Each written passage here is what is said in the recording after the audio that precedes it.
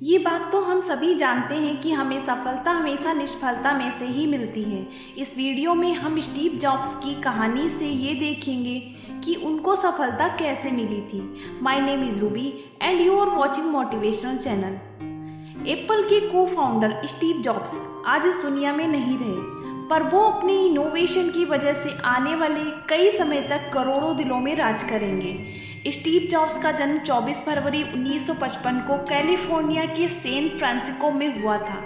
Cancer की बीमारी से पीड़ित स्टीव जॉब्स की मृत्यु 5 अक्टूबर 2011 को हुई थी। स्टीव जॉब्स की प्रसिद्ध speech stay hunger stay foolish में उन्होंने अपने जीवन से जुड़ी कहानियां सुनाई थी। स्टीव जॉब्स ने 17 साल की उम्र में कॉलेज में दाखिला लिया था।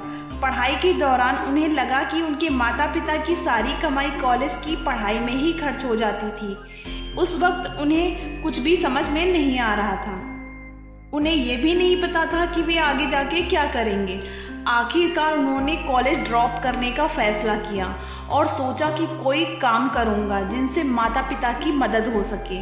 उस वक्त शायद उनका ये निर्णय सही नहीं था, पर बाद में उन्हें अपना ये निर्णय सही लगा। उस समय उनके पास रहने के लिए कोई कमरा नहीं था, इसीलिए वो अपने दोस्त के कमरे में रहते थे और ज़मीन पर सो जाते थे। उन्होंने कोक की बॉटल्स भी बेची थी ताकि उनसे जो पैसे मिले उनसे वो खाना खा सके। वो करीब 7 मील जितना चलते थे और फिर कृष्ण मंदिर जाते थे ताकि वो खाना खा सके। रीड कॉलेज कैलीग्राफी के लिए सारी दुनिया में बहुत ही ज़्यादा मशहूर था। उस कॉलेज के पूरे कैंपस में हाथ से बने हुए खूबसूरत पोस्टर्स लगे थे।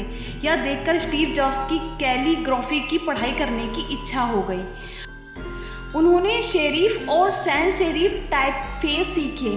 उन्होंने इसी टाइपफेस से अलग अलग शब्दों को जोड़कर टाइपोग्राफी तैयार की जिसमें डॉट्स होते हैं।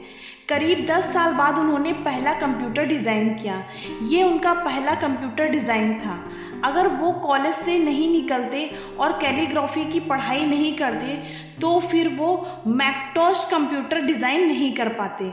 जब स्टीव जॉब्स की उम्र 20 साल की थी तब उन्होंने वॉजनिएक के साथ मिलकर एक गैरेज में एप्पल की शुरुआत की थी। वो दोनों ने इसमें बहुत सारी मेहनत की और 10 साल में वो लोग बहुत ऊपर पहुंच गए। एक छोटे से गैरेज में शुरू हुई कंपनी 2 बिलियन लोगों तक पहुंच गई और इसमें 4000 जितने कर्मचारी काम करने लगे थे। उन लोगों ने मिलकर सबसे बेहतरीन क्रिएशन मैकिन्टॉश को रिलीज़ किया। जैसे जैसे कंपनी आगे बढ़ने लगी उन लोगों ने कंपनी को संभालने के लिए एक प्रतिभाशाली व्यक्ति को चुना। पहले साल वो कंपनी में बहुत ही अच्छा काम हुआ, पर भविष्य को लेकर उन लोगों का जो विज़न था वो पूरा नहीं हो सका। जब स्टीव 30 साल की उम्र के थे तब उन्हें कंपनी से निकाल दिया गया। उस वक्त उन्हें ऐसा लग रहा था कि उन्हें उनकी ही कंपनी से निकाल दिया गया। इसके बाद 5 साल में स्टीव ने एक नई कंपनी की शुरुआत की जिसका नाम था नेक्स्ट। इसके बाद उन्होंने एक और कंपनी तैयार की जिसका नाम था पिक्सर। पिक्सर ने दुनिया की सबसे पहली computer animated feature film toy story बनाई थी।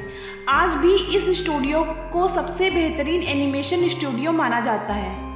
इसके बाद एप्पल कंपनी ने नेक्स्ट को खरीद लिया और स्टीव वापस एप्पल में काम करने लगे। इस टेक्नोलॉजी ने एप्पल को नया जीवन दिया। अगर स्टीव को एप्पल से नहीं निकालते तो फिर वो ये सब नहीं कर पाते। हमारे जीवन में भी कई बार ऐसे पल आते हैं, हमें उस पल से कभी घबराना नहीं चाहिए और अपना काम अच्छे से करना चाहिए। हमारे जीवन में कोई ना कोई लक्ष्य जरूर होना चाहिए, इसके बिना हम आगे नहीं बढ़ सकते। Thank you.